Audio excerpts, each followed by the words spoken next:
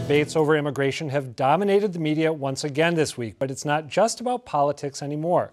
That's because some candidates have been using terminology that many observers consider offensive, raising the question, when politicians make the news with a phrase like anchor babies, how should the media respond? The implication of anchor baby is clear. It suggests that some illegal immigrants give birth in the U.S. so they can stay.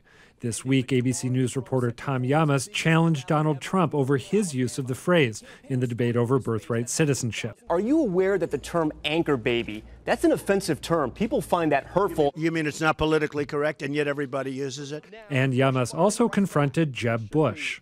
Anchor baby, is that not bombastic language? For some conservative commentators, those exchanges were proof of liberal sensitivities run amok. There is no other term to use. Even Washington Post political reporter Dave Weigel asked, what is a non-pejorative term for anchor babies? Tom Llamas had an answer. American-born children of undocumented immigrants. This debate isn't new. Last year, CNN's Chris Cuomo apologized after using the term on air. I used that term this morning. I shouldn't have. It's ugly and it's offensive. But maybe instead of arguing about the phrase, we should be focusing on the idea and whether it really jibes with reality. So I have two problems with anchor baby or anchor babies. I feel like it's reductive. It turns the identity of these children into their alleged ability to anchor their family here. And it also implies intent. It implies that that's why the parents wanted to have them, which I think is really risky. What do you guys think? You know, it's interesting. I did a little bit of research to see whether some major newspapers have been using the term in recent years. And what I found is, for the most part, they don't. They might quote somebody using it. It shows up in letters to the editor. But they've been staying away from it. The Orange County Register, which has done a lot of stuff on birth tourism from China, has pretty much stayed away from it. Yeah, it is reductive, and I have to tell you, I hadn't really thought about whether it was offensive or not.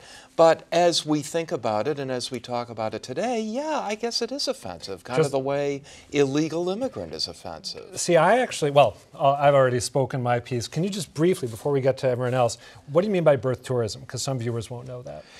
Well, what the Orange County Register has done a lot of reporting on families in China literally coming to the United States on a short package to have their babies so that their babies have American citizenship, and then they go home. Yeah. But it does give them options further down the road if they wanted to come back. Kelly, what's your take?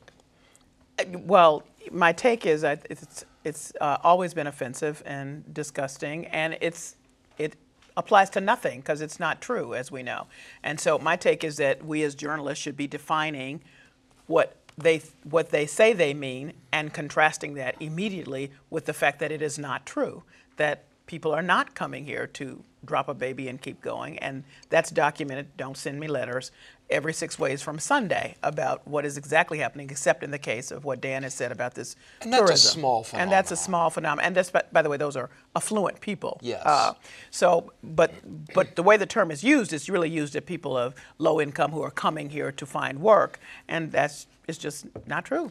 John, well, wait a minute. I don't doubt that there are such people. Whether it's a huge problem or not is a whole nother story. I find the term ugly in the same way I find all sort of loaded, politically charged terms kind of ugly. Why couldn't they be called freedom babies? That people are having them here because they want to come here and be free. I mean, that gives it a whole different spin, doesn't it? There's reasons why we don't say things like paddy wagon, because that's an offensive anti-Irish slur. I made the mistake, by the way, of tweeting that out once when they were looking for the Tsarnaev brothers, and had no inkling of the genesis, was blown away by the response. And that's why you're going to burn in hell, Adam. Yeah. But I also don't like the word police. I suggest that politicians and media outlets use, hopefully, good judgment, and if they use a term that people find offensive, those people should find other media outlets and politicians to invest in. Well, the problem is that for now, when you've got someone like Donald Trump who is grabbing every spotlight that shines in his direction, and Jeb Bush who's trying to trail on those spotlights, then that leaves little choice. When MSNBC or CNN or ABC has to cover these things, and we'll talk about if they have to cover them in a minute, then you almost have no choice if someone's going to actually use that term. So make no mistake, as we all agree, it's a horrible, ugly term. It's loaded. There's no use for it. If you want to call them something, you can call them babies. because at that point, they're just like every other child that's born in this country. It doesn't matter. The 14th Amendment guarantees that. So the point is that we all know that you shouldn't be using this term. The fact is, I don't know if necessarily it's the job of journalists to push back on that. We can do things within our own boundaries for whatever mediums we work in. You know, for us to sort of wag our fingers at Donald Trump is where it gets a little weird. So I'm not saying wag. I'm saying if you quote him, which you will, because he's going to be out there, Donald Trump said anchor babies, and you say this is a term used, which is incorrect. Right. You know, that's what you define What it. if Just you redact it What if you Yeah. want to do a story kicking around the question, and there is some slight disagreement here between John and Callie over this, what if you want to look at the question of whether, in fact, there are lower income Latino families coming here illegally and doing this, thing that the term anchor baby alleges they're doing? What's the right phrase to use if you're examining the validity of the idea? Great What should the idea. press Let's say? get some facts, shall we? Surely there's room for facts in the discussion. But when we do that, how do we describe these children? Because in that particular case, I fully take your point about how, when they're born here, they are children, they are babies, they are American citizens.